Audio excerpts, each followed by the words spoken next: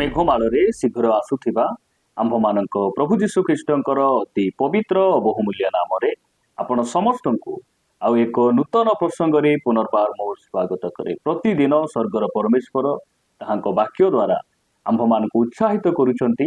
ନୂଆ ନୂଆ ପ୍ରସଙ୍ଗ ମାଧ୍ୟମରେ ସେ ଆମ୍ଭମାନଙ୍କୁ ଶିକ୍ଷା ଦେବା ସହିତ ତାହାଙ୍କର ସେହି ଗୌରବମୟ ଆଗମନ ନିମନ୍ତେ ଆମ୍ଭମାନଙ୍କୁ ସେ ପ୍ରସ୍ତୁତ କରୁଅଛନ୍ତି। ସେଥିପାଇଁ ପ୍ରଭୁଙ୍କୁ ମୁଁ ହୃଦୟ ସହିତ ଧନ୍ୟବାଦ ଦିଏ। ପ୍ରିୟ ପ୍ରଭୁଙ୍କ ଲୋକମାନେ ଆସନ୍ତୁ ଆଜି ଆମେ ଆଉ ଏକ ପ୍ରସଙ୍ଗରେ ପ୍ରଭୁଙ୍କ ବାକ୍ୟରୁ ଅଳ୍ପ ସମୟ କଥାବାର୍ତ୍ତା ହେବା। ଆଜି ଆମେ ଯେଉଁ ପ୍ରସଙ୍ଗରେ ପ୍ରଭୁଙ୍କ ବାକ୍ୟରୁ ଧ୍ୟାନ କରିବା ସେହି ପ୍ରସଙ୍ଗର ଶୀର୍ଷକ ହେଲା ଦୁଃଖ କାହିଁକି ଘଟୁଛି। ଆଜିର ପ୍ରସଙ୍ଗ ହେଲା ଦୁଃଖ କାହିଁକି ଘଟୁଛି। ଏହି ପ୍ରସଙ୍ଗରେ ପ୍ରଭୁଙ୍କ ବାକ୍ୟରୁ ଆମେ ଅଳ୍ପ ସମୟ ଧରି କଥାବାର୍ତ୍ତା ହେବା। ଅନେକ ସମୟରେ ଆମେ ଚିନ୍ତା କରୁ, ଆମେ ନିଜକୁ ପ୍ରଶ୍ନ ପଚାରୁ ଯେ ମୋ ଜୀବନରେ ଦୁଃଖ ପରେ ଦୁଃଖ, କଷ୍ଟ ପରେ କଷ୍ଟ, ସମସ୍ୟା ପରେ ସମସ୍ୟା କାହିଁକି ଘଟୁଛି। ଏହା ଅନେକ ସମୟରେ ଆମର ଖ୍ରୀଷ୍ଟିଆନ ସମାଜର ଭାଇ ଭଉଣୀମାନେ ଯିଏ ବି ହୁଅନ୍ତୁ ନା କାହିଁକି ଏହି ପ୍ରଶ୍ନ ଆମେ ନିଜକୁ ପଚାରୁ, ଚିନ୍ତା କରୁ ଏବଂ ନିରୁତ୍ସାହିତ ହେଇଯାଉ। ଏବଂ କୋଉଠି ନା କୋଉଠି ଆମେ ଭାବୁ ଯେ ମୁଁ ଯେଉଁ ସମୟରେ ଯୀଶୁଙ୍କୁ ନିଜ ଜୀବନର ତ୍ରାଣକର୍ତ୍ତା ଭାବରେ ଗ୍ରହଣ କରିନଥିଲି, ସେହି ସମୟରେ ମୁଁ ଅଧର୍ମ ଜୀବନ ଯାପନ କରୁଥିଲି, ପାପ କରୁଥିଲି। ଆଉ ସେହି ସମୟରେ କିଛି ଦୁଃଖ ମଧ୍ୟ ଆସୁନଥିଲା, ସମସ୍ୟା ଆସୁନଥିଲା। ମାତ୍ର ମୁଁ ଯେବେ ଯୀଶୁଙ୍କୁ ନିଜ ଜୀବନର ତ୍ରାଣକର୍ତ୍ତା ଭାବରେ ଗ୍ରହଣ କଲି, ମଣ୍ଡଳୀକୁ ଗଲି, ପ୍ରାର୍ଥନା କଲି, ବାକ୍ୟ ଶୁଣିଲି, ବାକ୍ୟ ପଢ଼ିଲି ଏବଂ ମୁଁ ଦାନ ଦେଲି, ତଥାପି ମୋ ଜୀବନରେ ଦୁଃଖ କାହିଁକି ଆସୁଛି, ସମସ୍ୟା କାହିଁକି ଘଟୁଛି। ଏହି ପ୍ରକାର ଅନେକ ସମୟରେ ଆମେ ଚିନ୍ତା କରୁ। ପ୍ରିୟ ପ୍ରଭୁଙ୍କ ଲୋକମାନେ, ବାଇବଲରେ କୋଉଠି ମଧ୍ୟ ଲେଖା ହେଇନାହିଁ ଯେ ପ୍ରଭୁ ଯୀଶୁ ଖ୍ରୀଷ୍ଟଙ୍କୁ ନିଜ ଜୀବନର ତ୍ରାଣକର୍ତ୍ତା ଭାବରେ ଗ୍ରହଣ କଲା ପରେ, ଯୀଶୁଙ୍କୁ ପ୍ରଭୁ ଭାବରେ ଗ୍ରହଣ କଲା ପରେ, ମଣ୍ଡଳୀକୁ ଗଲା ପରେ ଏବଂ ଦାନ ଦେଲା ପରେ ଯେ ଦୁଃଖ ଘଟିବ ନାହିଁ, ସମସ୍ୟା ଘଟିବ ନାହିଁ, ପରିବାରରେ କେବେ ଅଶାନ୍ତି ହେବ ନାହିଁ କିମ୍ବା ପରିବାରରେ କେବେ ରୋଗ ଜ୍ୱର ସମସ୍ୟା ହେବ ନାହିଁ। ଏହି କଥା ବାଇବଲରେ କୋଉଠି ମଧ୍ୟ ଲେଖା ହେଇନାହିଁ। ଯଦି ଆପଣ ପଢ଼ିବେ ଗୀତ ସଂହିତା 34 ଅଧ୍ୟାୟ 19 ପଦରେ ଗୀତ ରଚକ ଏ ପ୍ରକାର ଲେଖନ୍ତି, ଧାର୍ମିକର ବିପଦ ଅନେକ, ମାତ୍ର ସେ ସବୁରୁ ସଦାପ୍ରଭୁ ତାହାକୁ ଉଦ୍ଧାର କରନ୍ତି। ପ୍ରଭୁଙ୍କ ନାମର ଗୌରବ ହଉ। ପ୍ରିୟ ପ୍ରଭୁଙ୍କ ଲୋକମାନେ, ଅନେକ ସମୟରେ ଆମେ ବିଭିନ୍ନ ଭ୍ରାନ୍ତ ଶିକ୍ଷା ଗୁଡ଼ିକ ଆମେ ଶୁଣୁ, ବିଭିନ୍ନ ଭ୍ରାନ୍ତ ପ୍ରଚାରକ ମାନଙ୍କ ପଛରେ ଆମେ ଯାଉ। ସେମାନେ ପ୍ରଚାର କରନ୍ତି, କହନ୍ତି ଯେ ତୁମେ ପ୍ରଭୁଙ୍କ ନିକଟରେ ଆସ, ତୁମର ଦୁଃଖ ଦୂର ହେଇଯିବ, ସମସ୍ୟା ଦୂର ହେଇଯିବ, ତୁମର ପରିବାରର ସବୁ ସମସ୍ୟା ସମାଧାନ ହେବ, ଦୁଃଖ ଆଉ ଘଟିବ ନାହିଁ, ସମସ୍ୟା ଆଉ ଘଟିବ ନାହିଁ। ଏହି ପ୍ରକାର ମିଥ୍ୟା ପ୍ରଚାର ଗୁଡ଼ିକ ଅନେକ ସମୟରେ ଅନେକ ଭାଇ ଭଉଣୀମାନେ ଶୁଣନ୍ତି ଏବଂ ସେହି ଶିକ୍ଷାରେ ଚାଲନ୍ତି। ଯେଉଁ ସମୟରେ ତାଙ୍କ ଜୀବନରେ ଦୁଃଖ ଆସେ, ସମସ୍ୟା ଆସେ, ସେମାନେ କ'ଣ ହେଇଯାଆନ୍ତି, ସେମାନେ ପଶ୍ଚାତପଦ ହେଇଯାଆନ୍ତି, ପଥଭ୍ରଷ୍ଟ ହେଇଯାଆନ୍ତି। କିନ୍ତୁ ଯଦି କେହି ଆମକୁ କହୁଛି ଯେ ଯୀଶୁଙ୍କୁ ଗ୍ରହଣ କଲା ପରେ ଦୁଃଖ ଆଉ ଘଟିବ ନାହିଁ, ସମସ୍ୟା ଘଟିବ ନାହିଁ, ଦୟାକରି ଏହି ପ୍ରକାର ପ୍ରଚାର, ଏହି ପ୍ରକାର ଶିକ୍ଷା, ଏହି ପ୍ରକାର ବକ୍ତାମାନଙ୍କ ପଛରେ ଆପଣ ଯାଆନ୍ତୁ ନାହିଁ, ଏହି ପ୍ରକାର ଶିକ୍ଷା ଗୁଡ଼ିକ ଆପଣ ଶୁଣନ୍ତୁ ନାହିଁ। ବାକ୍ୟରେ ଲେଖାଯାଏ ଧାର୍ମିକର ବିପଦ ଅନେକ, ଗୋଟେ ନୁହେଁ, ଦୁଇଟି ନୁହେଁ, 10ଟି ନୁହେଁ, 50ଟି ନୁହେଁ, ଧାର୍ମିକର ବିପଦ ଗଣି ହେବ ନାହିଁ। ଅନେକ ବିପଦ ରହିଛି।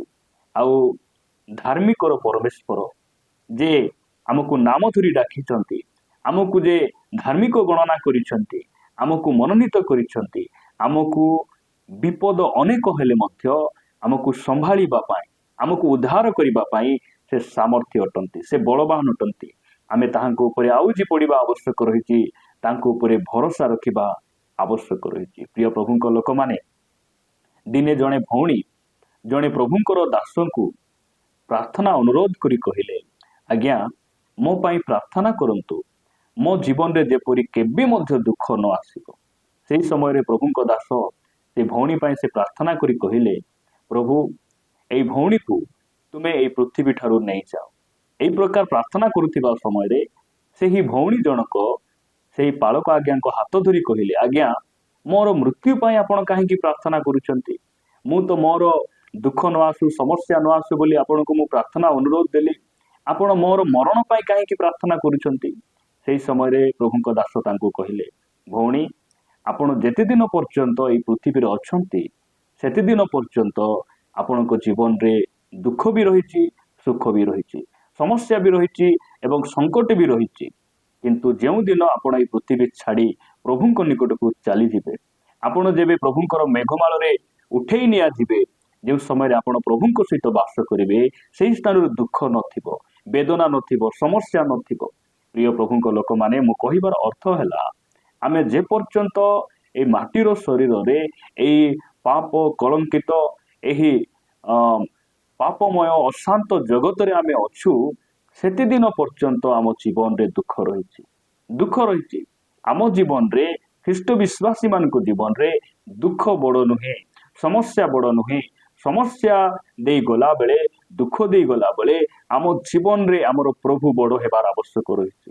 ପ୍ରଭୁ ଆମକୁ ସବୁ ସଙ୍କଟରୁ ଉଦ୍ଧାର କରିବା ପାଇଁ ସେ ସାମର୍ଥ୍ୟ ଅଟନ୍ତି। ସେଥିପାଇଁ ବାଇବେଲରେ କୋଉଠି ମଧ୍ୟ ଲେଖା ହେଇନାହିଁ, ତୁମେ ଖ୍ରୀଷ୍ଟିଆନ ହେଲା ପରେ, ଦାନ ଦେଲା ପରେ ତୁମକୁ ଆଉ କେବେ ଦୁଃଖ ଘଟିବ ନାହିଁ, କେବେ ସମସ୍ୟା ଘଟିବ ନାହିଁ। ଏହା ସମ୍ପୂର୍ଣ୍ଣ ମିଥ୍ୟା ଅଟେ। ବାଇବେଲ କହେ, ଧାର୍ମିକର ବିପଦ ଅନେକ, ଗଣି ହୁଏ ନାହିଁ। ଧାର୍ମିକ ମାନଙ୍କ ପାଇଁ ବିପଦ ଅଛି, ମାତ୍ର ଯେଉଁ ପାପୀ ବ୍ୟକ୍ତିକୁ ଧାର୍ମିକ ଗଣନା କରିଛନ୍ତି, ସେହି ପରମେଶ୍ୱର ସେହି ଧାର୍ମିକକୁ ଉଦ୍ଧାର କରିବା ପାଇଁ ତାଙ୍କ ହସ୍ତରେ ବଳ ଅଛି, ତାଙ୍କ ପାଖରେ ଶକ୍ତି ଅଛି। ଆଉ ସେହି ପରମେଶ୍ୱର ସେମାନଙ୍କୁ ସମସ୍ତ ବିପଦରୁ ସେ ଉଦ୍ଧାର କରିବେ।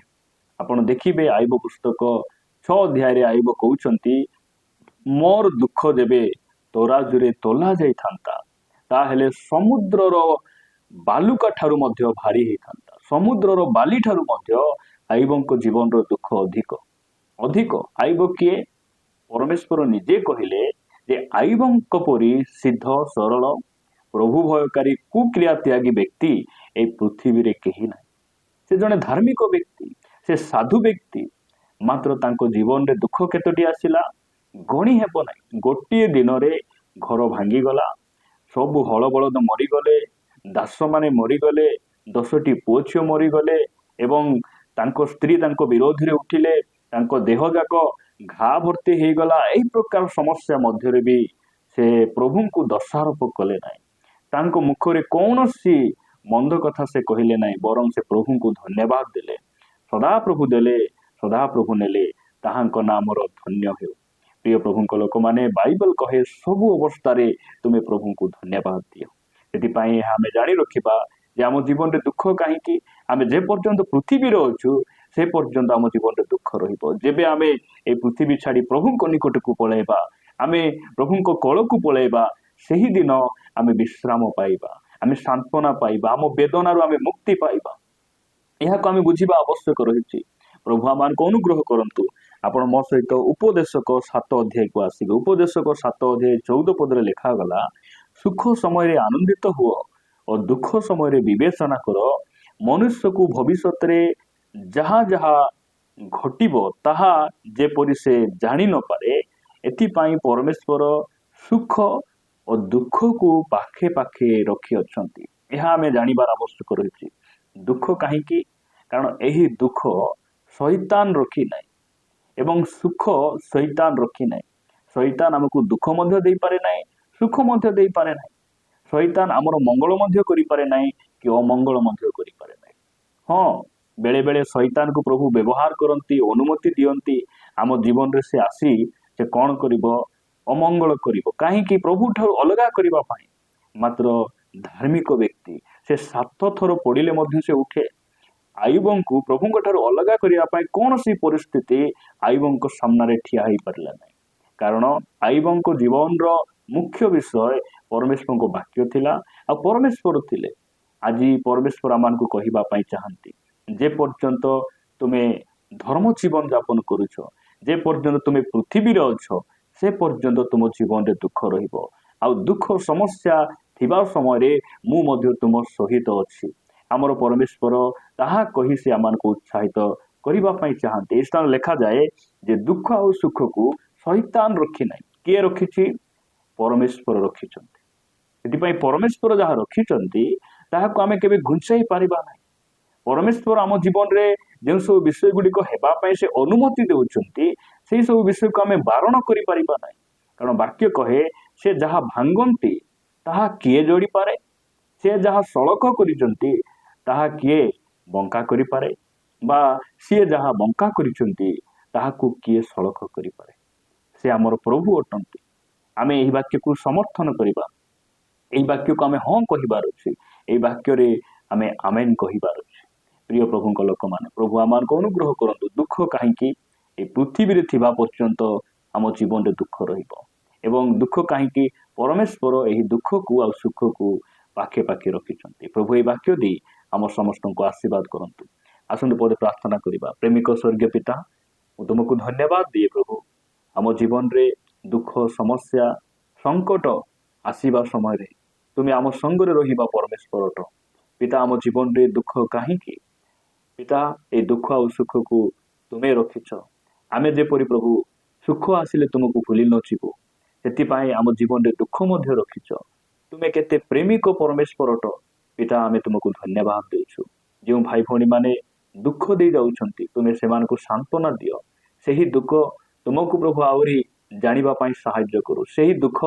परिवर्तन आड़को कढ़ेई नेउ सेही दुख तुमरी ऊपर भरोसा रखिबा सिखाओ दया कर गौरव महिमा तुमको दे प्रार्थना प्रिय प्रभु यीशु नाम रे मागुअछि आमेन आमेन पुनर्बार समस्त को प्रेज द लॉर्ड प्रभु समस्त को आशीर्वाद करंतु।